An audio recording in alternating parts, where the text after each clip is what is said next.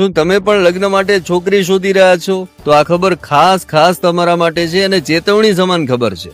મહીસાગર જિલ્લાની બાકોર પોલીસે એક એવી ગેંગનો પર્દાફાશ કર્યો છે ને, જે લગ્ન વાચુક યુવકોને પોતાની જાળમાં ફસાવતી અને ત્યારબાદ રૂપિયામાં નવરાવી દેતી. આ સમગ્ર કાંડમાં બાકોર પોલીસને એક મોટી સફળતા મળી છે. લગ્નના નામે છેતરપિંડી કરી નાસ્તા ફરતા 2 મુખ્ય આરોપીઓને રાજસ્થાનના ડુંગરપુર જિલ્લાના સીમલવાડા ખાતેથી દબોચી લેવાયા છે. આ આખી ઘટનાની વિગત એવી છે કે ફરિયાદી રિંકેશ કુમાર પટેલ નામના યુવકને લગ્ન કરવા હતા.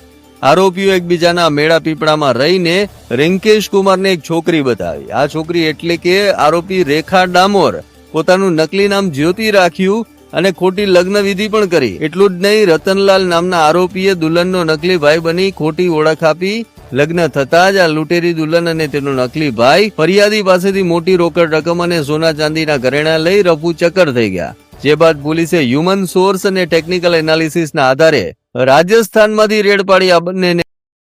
બાકોર પોલીસ સ્ટેશનમાં જાન્યુઆરી મહિનામાં એક લૂંટેરી દુલ્હન મતલબ કે લગ્ન કરવાની બાબતમાં કોઈ દુલ્હન ને કોઈ જ્યોતિ નામની મતલબ કે સ્ત્રી બતાવી અને પછી એ છેતરપિંડી કરી અને મંદિરે દર્શન કરવા જવું પડશે એમ કરી આગળ એ લોકો નીકળી ગયેલા અને ગાડી લઈને ભાગી ગયેલા, જેમાં મુદ્દામાલ સાથે આ લોકો ભાગી ગયા હતા.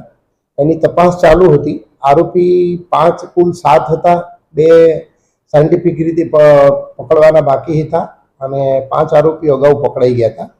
2 આરોપી જે બાકી હતા, એક રેખાબેન કરી અને એક રતનલાલ, બંને મુખ્ય આરોપીઓ છે અને બંને આરોપીઓને બાકોર પોલીસ સ્ટેશને પકડી કાયદેસરની તપાસ ચાલુમાં છે. આજે પકડાયા છે રેખાબેન, એ દુલ્હનની ભૂમિકામાં હતા અને અન્ય કોઈ જગ્યાએ સર એને અત્યારે જ તપાસમાં મતલબ અન્ય કોઈ બીજા ગુનાઓમાં એમાં એ સામેલ છે કે કેમ, બીજા કોઈ ગુના આચરેલ છે કે કેમ, તો એવું કોઈ ઓર્ગેનાઇઝ ક્રાઇમ એ લોકોનું છે એ બાબતમાં તપાસમાં હાલ ચાલુ છે.